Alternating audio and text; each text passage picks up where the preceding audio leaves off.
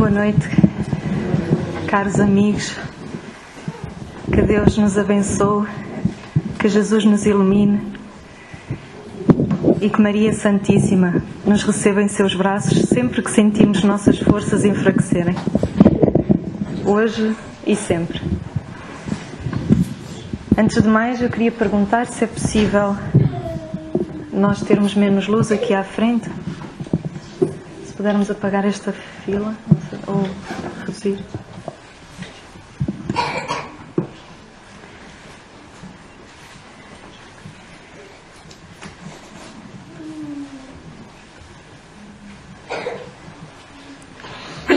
Ok.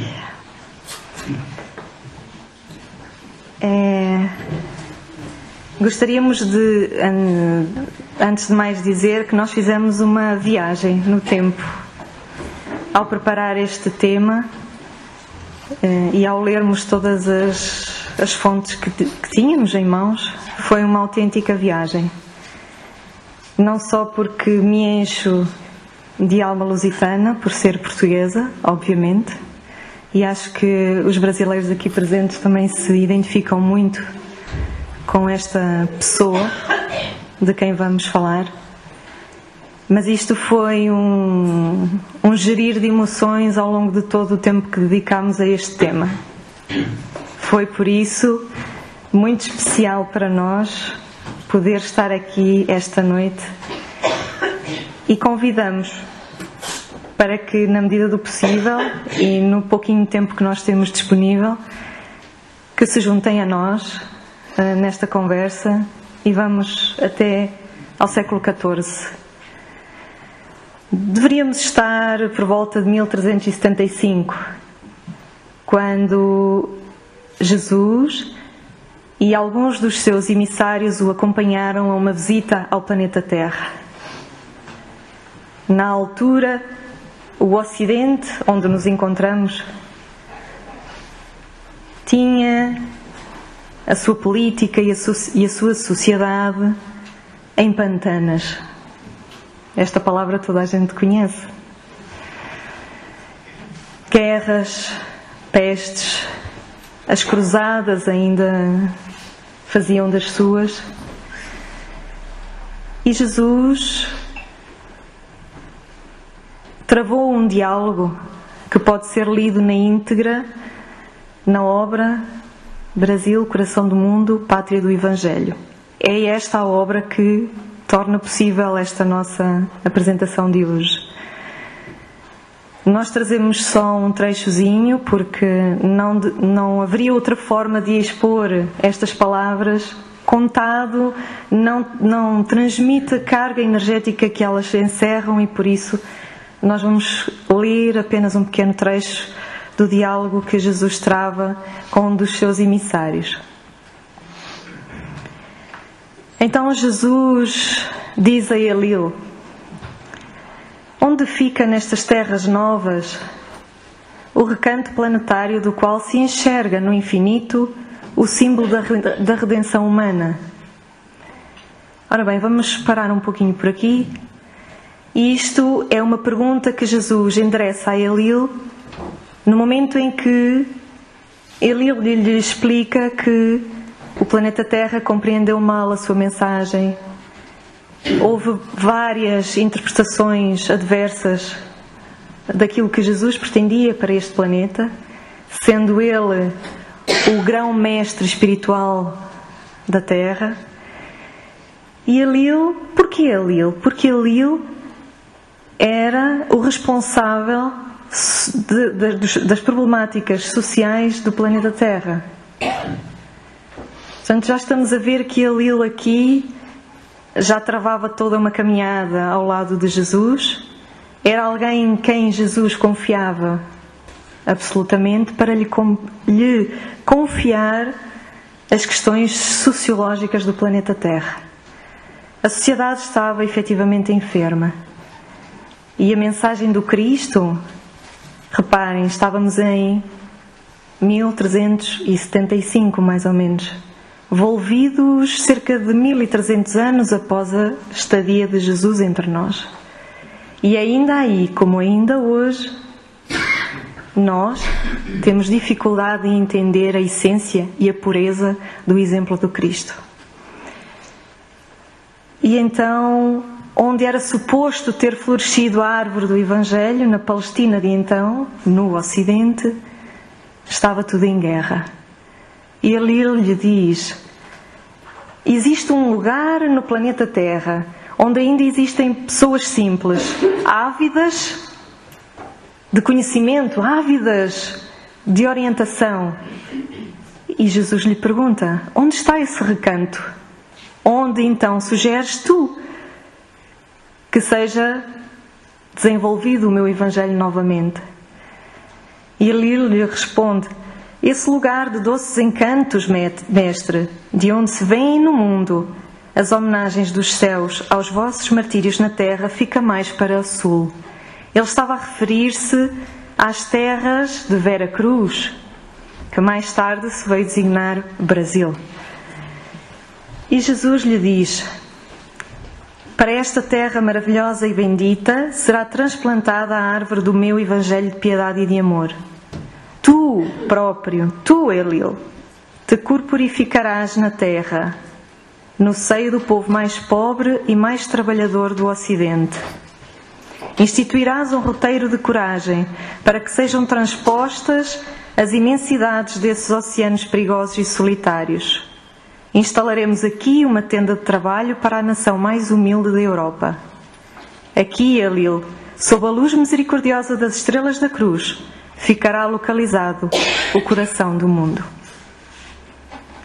Então, já estamos a ver que o nosso navegador, o infante por ser filho de rei, Dom Henrique, veio à Terra para nos instituir a coragem que na altura nos faltava. Começamos esta exposição abrindo logo à missão espiritual do infante. E muito carinhosamente chamamos o infante, apesar de termos tido muitos ao longo do reinado, das dinastias de Portugal. Mas este é o infante, com o nome O Navegador. Porque efetivamente aqui quem se lembra da história, por ser curioso, por ter estudado na escola, sabe perfeitamente o que esta pessoa fez por Portugal e pelo mundo. Porque ele sonhou. E no momento que ele sonhou, o mundo pulou. E o mundo se modificou. E tudo aconteceu. Está estabelecido que Elil deixa as hostes luminares para vir à Terra. E é então que, curiosamente, ou por acaso ou não, nada é por acaso, hoje, precisamente hoje, faz 626 anos que Elil nasceu entre nós.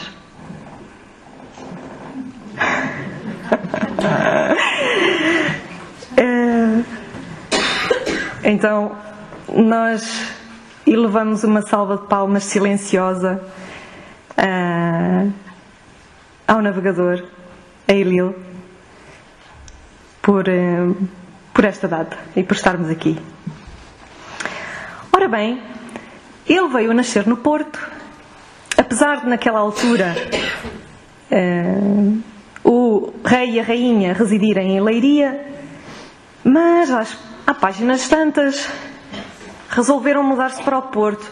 E naquela altura a viagem a pé, ou a cavalo, ou de carroça de Leiria até ao Porto demorava cerca de 20 dias, e foi o tempo que eles demoraram a chegar ao Porto. A rainha, a mãe do Dom Henrique, estava grávida dele com 8 meses de gravidez. Isto, naquele tempo, era uma coisa dificílima. Então, Dom Henrique nasceu do ventre de Dona Filipa de Lencastre, que é nada mais, nada menos que a mãe da ínclita geração. E o que é isto da ínclita geração? É um termo, uma expressão cunhada por Luís Vaz de Camões, o nosso poeta-cantor. e que diz assim, no canto 4, estância 50: mas, pela defensão dos lusitanos, deixou quem o levou, quem governasse, e aumentasse a terra mais que dantes, ínclita geração, altos infantes. Ora, daquela rainha, daquele santo grau, como ele a chamou, também Camões, Dona Filipa de Lencastre é o santo grau, porque foi portadora da ínclita geração. Foi ela que nos deu a lufada de ar fresco que nós precisávamos. 8 filhos, apenas 6 chegaram à maioridade, os 2 primeiros morreram muito novos. A Dona Branca, com 1 aninho de idade, e Dom Afonso de Portugal, com 10 aninhos. Portanto, nós já estamos a ver aqui uma imagem dos filhos deste casal régio que veio dominar e veio reinar durante largo período. Nós saíamos de uma convulsão dinástica, uma crise civil, uma guerra civil, aliás, uma crise dinástica que estávamos a vivenciar. Dom João, é importante falarmos de Dom João I. Ele é neto de Dom Pedro. Dom Pedro, aquele que se namorou por Inês de Castro, que por sua vez era neto de Dom Dinis, o lavrador que casou com a nossa amada Rainha Santa. É espetacular. E quanto mais nós estudamos, mais viciados ficamos nesta história. Porque, de facto, nós vemos aqui as raízes. Dom Dinis, apesar de ter tido o cognome O Lavrador, porque foi capaz de fazer a grandiosa obra em Leiria, o Pinhal, e que, mais tarde, veio dar muita madeira para que fossem construídas as caravelas latinas, era também um rei culto, erudito. Foi ele que instituiu a língua portuguesa como língua oficial do nosso território e de todas as colónias que mais tarde viemos a conquistar. Portanto, estamos a ver aqui nas raízes deste casal que nos deu a ínclita geração, a geração perfeita, aquela que viria modificar toda a nossa regência. Vemos aqui uma raiz gloriosa. Dom Dinis, tetravô de Dom João I. É fantástico, porque Dom João I, apesar de ser filho bastardo de seu pai, naquele tempo era normalíssimo os homens terem mais do que uma mulher. Foi ele que conseguiu, juntamente com Nuno Álvares Pereira, grande militar, cabeça estratégica, foi ele, o condestável de Portugal. Abaixo do rei era Nuno Álvares Pereira quem mandava e todos o respeitavam, apesar de ele ter sido escudeiro da rainha Dona Isabel. Mas ele, com a sua perícia militar, a sua sabedoria, conseguiu que, com Dom João I, ganhassem a Batalha de Aljubarrota e que nos fez assegurar o reinado português contra Castela. Os espanhóis tentaram diversas vezes abarcar este território na pontinha da Europa, à beira-mar plantado, que somos nós. Mas havia um desígnio superior. Não havia hipótese. Instituídos de grande bravura, de grande coragem e da estratégia intelectual e militar de Nuno Álvares Pereira, conseguimos então manter Portugal sob o reinado e a gerência de portugueses.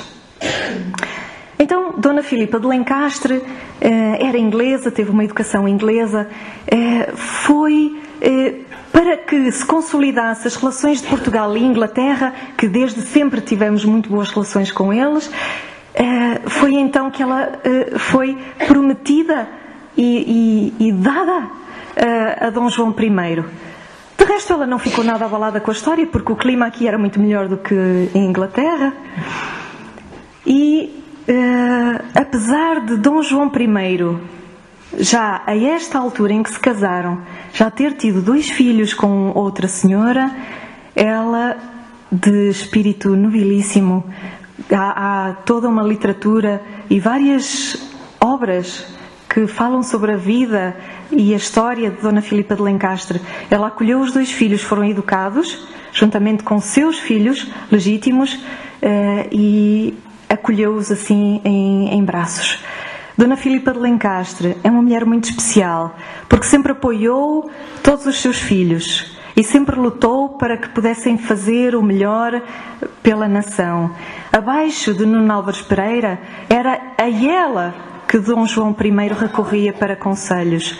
E assim nasceram os 8 magníficos, 6 apenas Dom Duarte I, Dom Pedro Duque de Coimbra, Dom Henrique, Dona Isabel Duquesa de Borgonha, Dom João, Condestável de Portugal mais tarde e Dom Fernando. É curioso nós vermos que desta geração de infantes e infanta, apenas uma é mulher.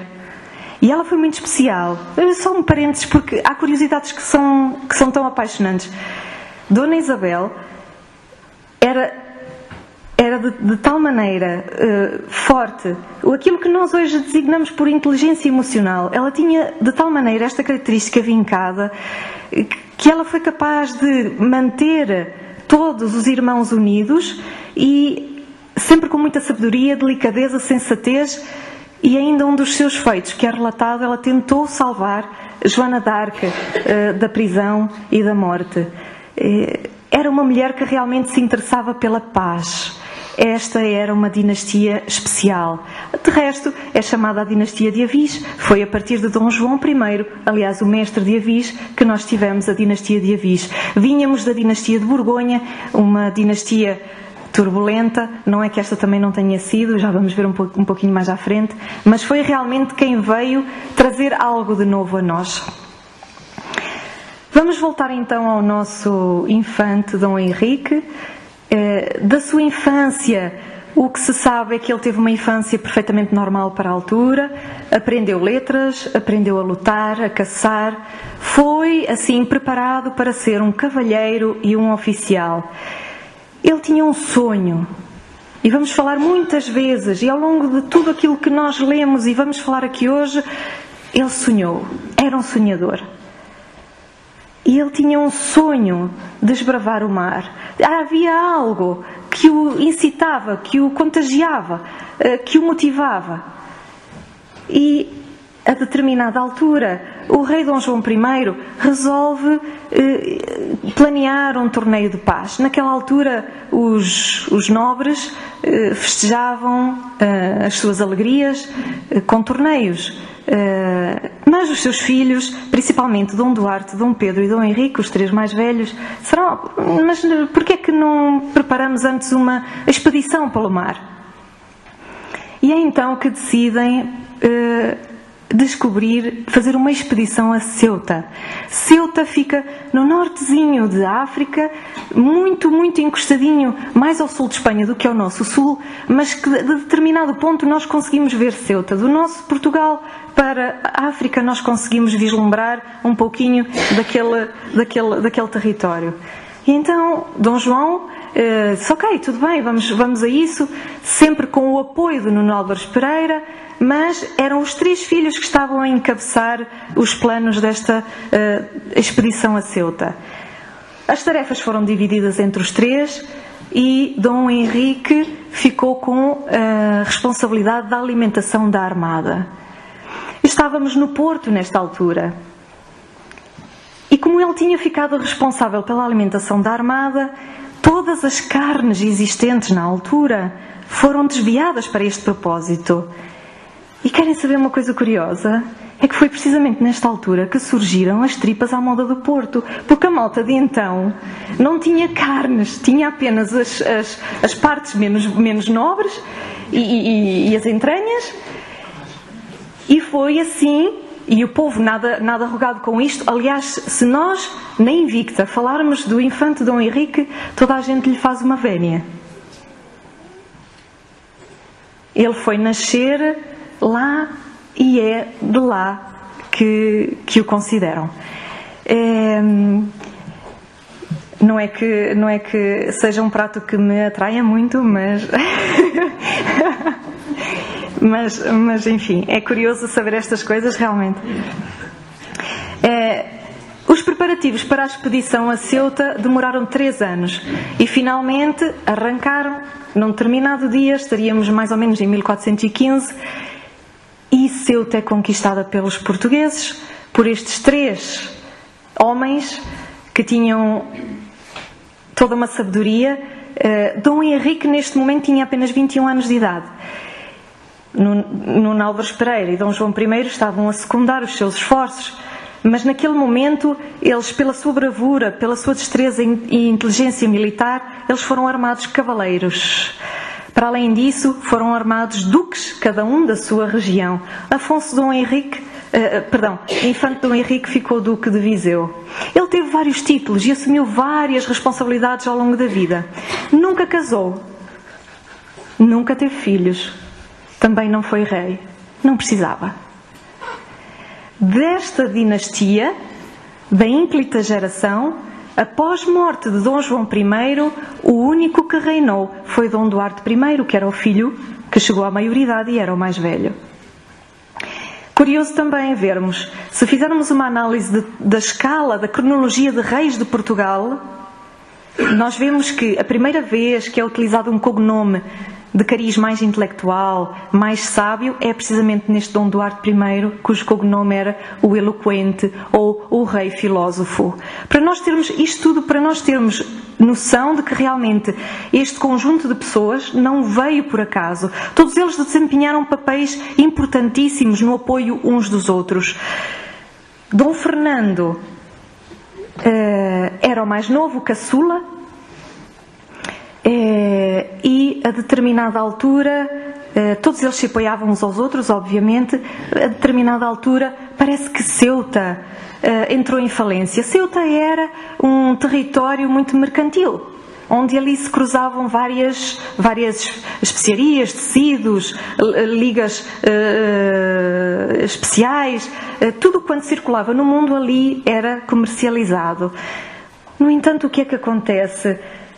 As pessoas, à medida que foram percebendo que ali o que estava a ser implementado era o cristianismo, deixaram de fazer daquele local um local mercantil. Então Ceuta, em termos económicos e materiais, caiu por terra. A determinada altura, mais lá para a frente, Dom Afonso Henrique e o seu irmão Dom Pedro decidem fazer uma expedição a Tânger. Tânger corre mal, infelizmente, nem tudo são rosas. E é a altura menos boa desta dinastia. Para que os portugueses pudessem sair de Tânger, que também é uma localidadezinha em África, eles negociaram com Dom Henrique a entrega de Ceuta. Portanto, para nós vos libertarmos daqui, vocês têm que nos entregar Ceuta. Ora, isto trouxe algum transtorno e Dom Fernando, segundo dizem alguns biógrafos, ofereceu-se para ficar em Ceuta como segurança desta devolução. Mais tarde, os irmãos mais velhos conferenciaram e disseram: bem, mas nós não podemos entregar Ceuta, caso contrário, podemos colocar em risco o nosso território. Os mouros não gostaram e acabaram por matar Dom Fernando. Portanto, Dom Fernando, para chegar, esta historiazinha aqui no meio, para chegar aonde? O cognome de Dom Fernando era o Infante Santo. Ele sacrificou-se para que Portugal continuasse por aí fora. Ora bem, o navegador, daquilo que se sabe, fez apenas uma expedição ao mar. Muitos até pensam: bem, mas ele deve ter navegado imenso, ele é o navegador. Não, ele era a cabeça, ele era o planeador. Ele ficava em terra, reunia tudo aquilo que os marinheiros do Algarve entretanto lhe traziam, e ele é que ordenava as expedições tempos a tempos e com a sabedoria que ia recolhendo destas pessoas. Porto Santo é o primeiro descobrimento oficial. Depois veio Madeira, redescobriu os Açores, Ceuta, entretanto, já tinha sido descoberta, e ele cada vez mais tinha interesse em desenvolver a navegação. A navegação deixou de ser uma arte para passar a ser uma ciência. Apesar de ele não ter desbravado muitos mares, ele foi colecionando esses saberes, tal como havíamos dito. E havia algo que perturbava muito os marinheiros de então. Ele, já fixado em Lagos, na zona do Algarve, instituiu ali a escola de Sagres. Isto tudo faz parte de um plano maior. Era para isto E era por isto que ele se corporificava na terra para ser o infante Dom Henrique e para que mais tarde ele viesse a ser cumprido aquilo que Jesus lhe tinha dito, transplantar a árvore do Evangelho para o Brasil. Mas não é no reinado, não é na presença dele na terra que o Brasil é descoberto, é mais tarde. Então esta escola de Sagres o que é que faz? Ele reúne cartógrafos, astrónomos, matemáticos, físicos de então, reúne o saber dos marinheiros, o saber local e desenvolve cartas e desenvolve conhecimento, instrumentos náuticos. Algo que é muito importante. Nós, até mais ou menos 1441, navegávamos em barcas com um mastro e uma vela retangular, o que obrigava a que as embarcações andassem apenas e somente ao sabor do vento. E por medo e receio, não podíamos afastar-nos muito da costa. Mas o navegador inventou a caravela latina. E o que é que faz? Implementou-lhe 2 velas triangulares. Isto faz com que ela circule à bolina, ou seja, ao zigue-zague, ao sabor ou contra o vento. No entanto, isto obriga a que as caravelas tenham que circular longe da costa. E é por causa disto, e nada disto é por acaso, só mesmo a inspiração de Jesus, a inspiração divina, para fazer com que aquele grupo de pessoas na escola de Sagres pudesse desenvolver tal situação. E nunca mais houve embarcação alguma que pudesse desbravar mares como esta. E foi assim que fomos descobrindo a África, Ásia, Américas e por aí fora. Quando estávamos a estudar o infante Dom Henrique, não era inevitável. Houve algumas músicas que nos vieram ao pensamento. E foi aqui que nós começámos a sentir que é apaixonante ser português, porque existem músicas lindíssimas, poetas fabulosos que nos dão pistas de tudo aquilo que nós fomos e de tudo aquilo que nós ainda precisamos fazer. Quem não conhece esta música que foi composta, este poema de António Gedeão, não é? Eles não sabem que o sonho é uma constante da vida. E por aí vai, por aí vai. Eles não sabem nem sonham que o sonho comanda a vida, que sempre que um homem sonha, o mundo pula e avança como bola colorida entre as mãos de uma criança. E dá para arrepiar. Porque ao ouvirmos estas palavras, nós sentimos profundamente no íntimo do nosso ser que nada disto é novo e que provavelmente já aqui andamos. E que provavelmente estivemos perto da descendência destas pessoas. Já não dizemos, já estivemos perto destas pessoas, mas não importa em que condição, mas toca-nos tão lá dentro. Não só António Gedeão, mas também Fernando Pessoa.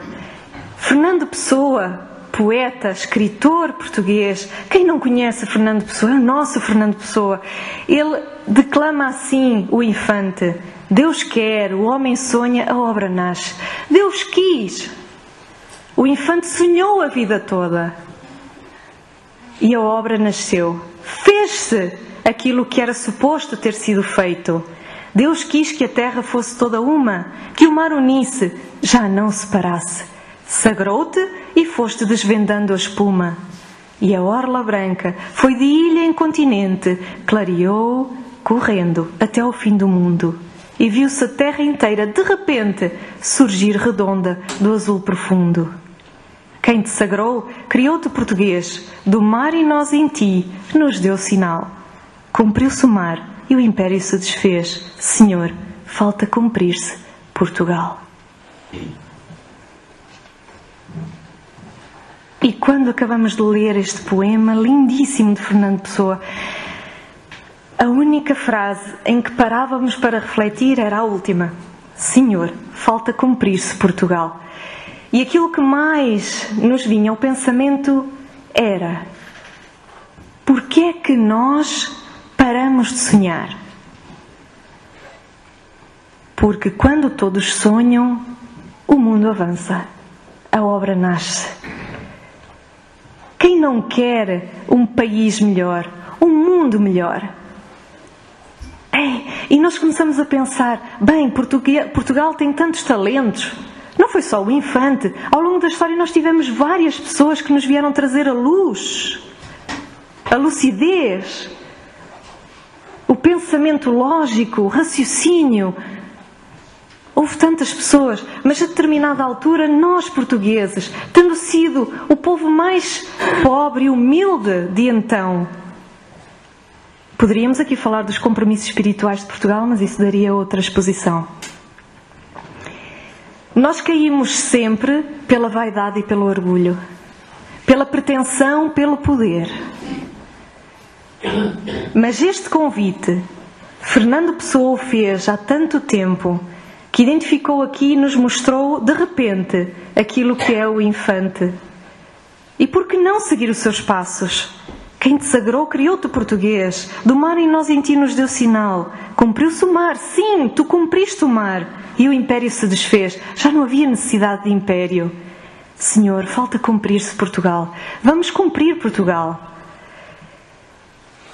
Nós aqui temos um mapa mundo.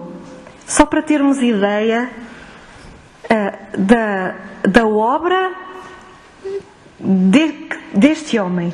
Nem tudo foi durante a existência dele na Terra. Eu vou tentar utilizar aqui um ponteiro, porque é mais fácil de usar aqui a mãozinha. Deixa estar fácil. Tranquilo.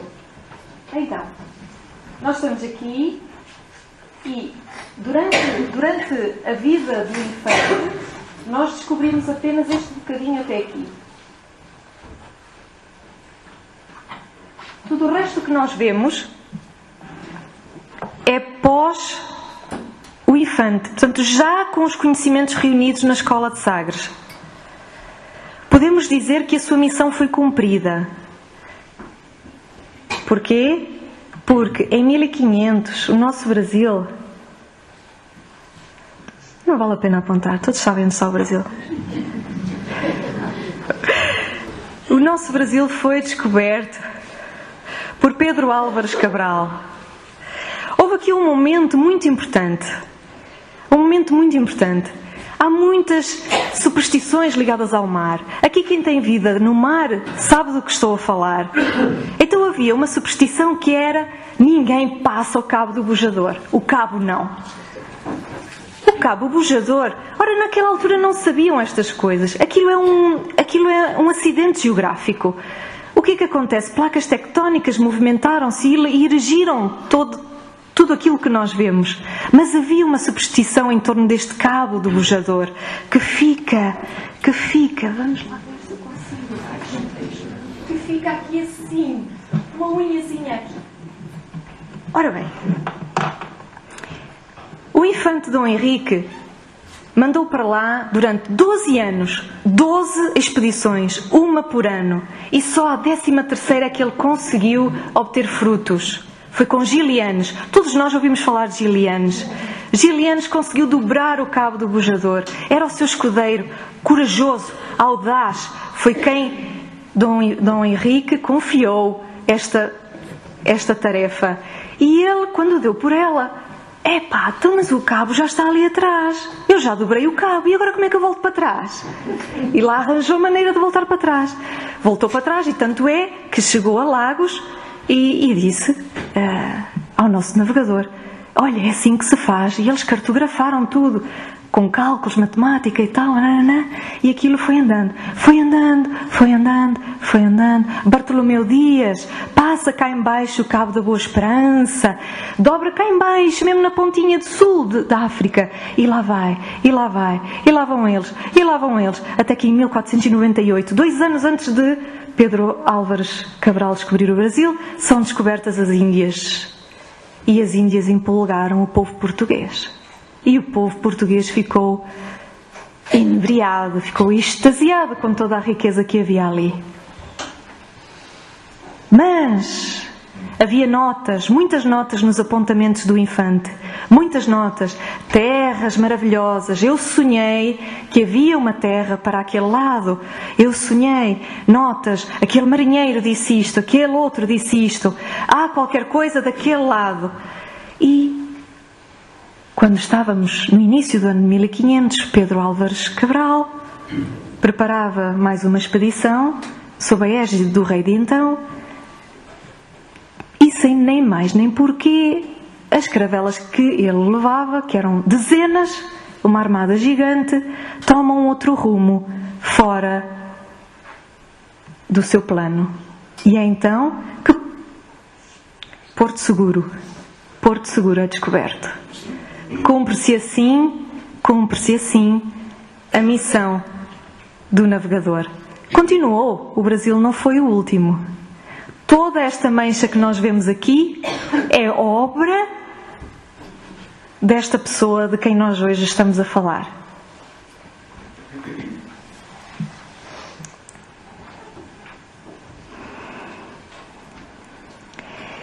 Foi mais forte do que nós. Tínhamos que trazer o poema mais famoso da Mensagem. A Mensagem é o nome desta obra de Fernando Pessoa. Chama-se Mar Português. Foi mais forte do que nós. Tinha que ser. Ó mar salgado, quanto do teu sal são lágrimas de Portugal. Por te cruzarmos, quantas mães choraram, quantos filhos em vão rezaram, quantas noivas ficaram por casar, para que fosses nosso, ó mar. Valeu a pena? Tudo vale a pena se a alma não é pequena. Quem quer passar além do bujador tem que passar além da dor. Deus ao mar o perigo e o abismo deu, mas nele é que espelhou o céu. Tanto quanto sabemos, Fernando Pessoa não era espírita. Mas há aqui uma correlação. Todos estes dois poemas que nós trouxemos hoje tocam-nos tanto e conseguimos encontrar tantos pontos de contacto com a doutrina maravilhosa que nos traz consolação, que nós ficamos boquiabertos. A reencarnação tem que existir. A comunicabilidade dos espíritos tem que existir. Não há hipótese. E nós ficamos extasiados por sermos portugueses. Porque esta malta de há dezenas de séculos atrás, de há dezenas de anos atrás, já nos falava de coisas que nós só hoje é que entendemos. Vale a pena passar o bujador. Porque depois do bujador, depois de toda a dor, vem a bonança. É como nós nas nossas vidas. Há provas que nos fazem chorar. Há provas que nos fazem... Epa, a sério que fui eu que pedi para vir assim? A sério que eu estive na programação da minha própria existência? Eu não aguento. Eu não aguento tanta dor. Eu não aguento passar por isto. É tão difícil. É muito mais fácil pôr fim a isto. Deixa para a próxima. Quantas vezes? Quem é a pessoa que nunca pensou em desistir? E nós temos nas nossas vidas muitos cabos bujadores. Muitos. Quem quer passar além do bujador tem que passar além da dor. Quem quer a boa esperança tem que passar o bujador. Quem quer conquistar a felicidade tem que saber o que é a dor. Porque se não for assim, nós não damos valor. Que valor teria a boa esperança? Que valor teriam as Índias? Que valor teria o Brasil? Se não tivéssemos lutado durante 12 anos para passar o cabo bujador. E é assim em nossas vidas. E é assim. Este jarro branco é a nossa dádiva ao infante. E continuamos. E continuamos. E ao longo desta apresentação, nós fomos sido envolvidos. Fomos sido envolvidos por todas as pessoas que de algum modo contribuíram para aquilo que nós somos hoje, Portugal. Parece que estamos aqui num ilhéu protegido. Embora agora também recebamos notícias do coronavírus e por aí vai. Mas parece que aqui estamos diferentes, estamos protegidos. É um cantinho. E o nosso sentimento de gratidão eleva-se. Eleva-se por termos tido a ínclita geração, por termos tido estas pessoas, por termos tido tantas outras, por sermos aquilo que somos hoje, por termos a língua portuguesa, por termos conquistado praticamente cantos em todo o mundo e por termos sido capazes de os deixar. E agora estamos em aprendizado, porque tivemos tanto e agora temos tão pouco. Mas não importa, porque era necessário que passássemos por isto e é necessário que continuemos a passar por esta situação enquanto não tivermos saldado tudo aquilo que nós próprios construímos para nós mesmos. Nós não somos portugueses por acaso. E os portugueses durante tanto tempo não souberam o que fazer com toda a riqueza que tiveram nas mãos. Então o sentimento de gratidão nos enche de tal maneira o peito que nos lembramos imediatamente Alberto Janes. Toda a gente sabe quem é. O poeta da Amália. Escreveu muitos fados, muitas músicas cantadas.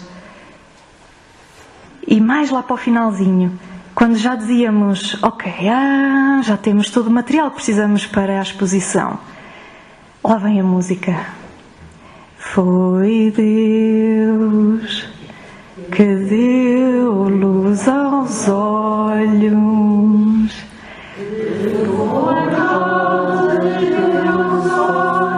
e prata ao luar.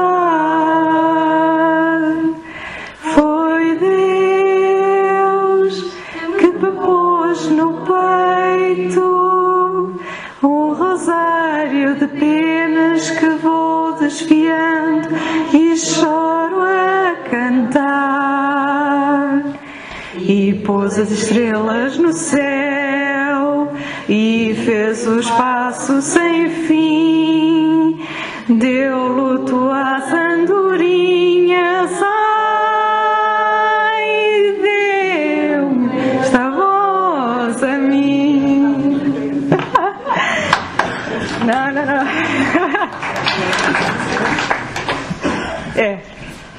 É ou não é? Não é uma viagem que nós fazemos? Como é que nós podemos falar do navegador sem falar destas criaturas que nos cercaram e que nos continuam a cercar? É uma emoção imensa. Este homem partiu em 1460 com 66 anos e continua ao nosso lado. É nada mais, nada menos que o governador espiritual de Portugal. Tão apaixonado que ficou por este povo. E com tanta pena, porque nós éramos o mais pobre e o mais humilde. E continua aqui por nós. E temos a certeza absoluta, a convicção, de que Ele nos está a dizer neste momento: sonha, pá! Sonha! Porque Deus te inspira. Deus está dentro de ti. Sonha onde estiveres. Sonha que sozinho ou acompanhado. Sonha para que a obra nasça. E que se cumpra Portugal. É tão bonito.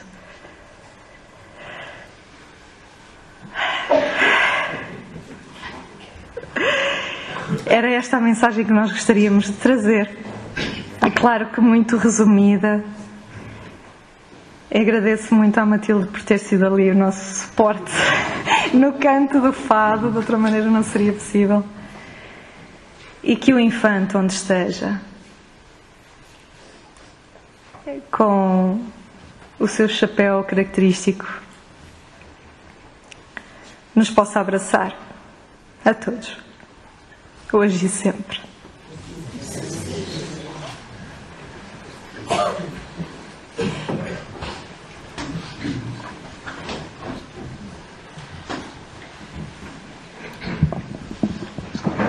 Não sei. Acenda a luz, por favor. Obrigado.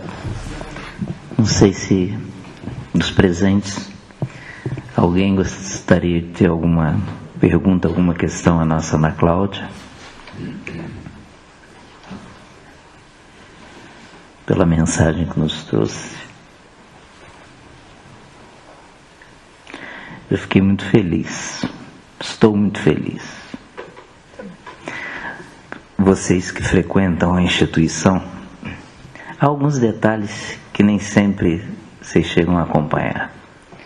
Nesse momento nós temos cerca de 15 companheiros que colaboram conosco nas palestras. E nem sempre é fácil trazer essas pessoas aqui para eles falarem para a gente. Estão viajando, tem compromisso com família, tem compromisso profissional, tem compromisso de toda sorte. E por vezes eu tenho que convocá-los 3, 4, quando não 6 meses antes deles estarem aqui. Quando pensei no tema, eu já pensei em você.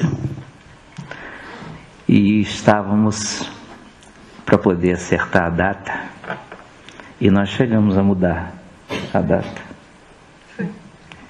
Não era do meu conhecimento e tudo, essa aparente coincidência, que podemos dizer um dia de festa para as nossas almas.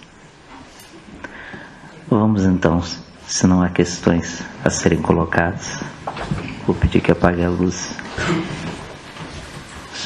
São Antônio, pode colocar o som, por favor? Ana, faz a prece para a gente.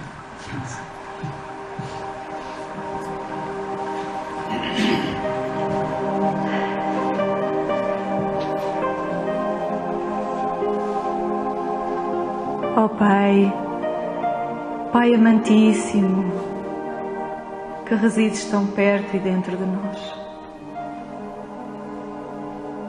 O mundo, o céu, o planeta, o universo é teu, assim como nós.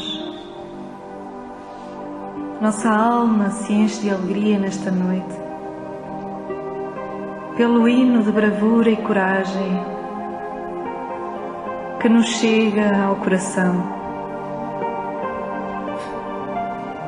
Pai amado, como não agradecer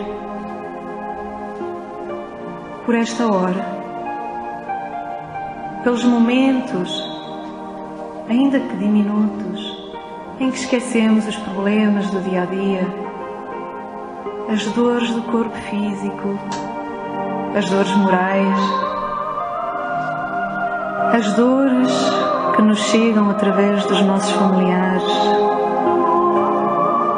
Ó Pai, quão gratos nós estamos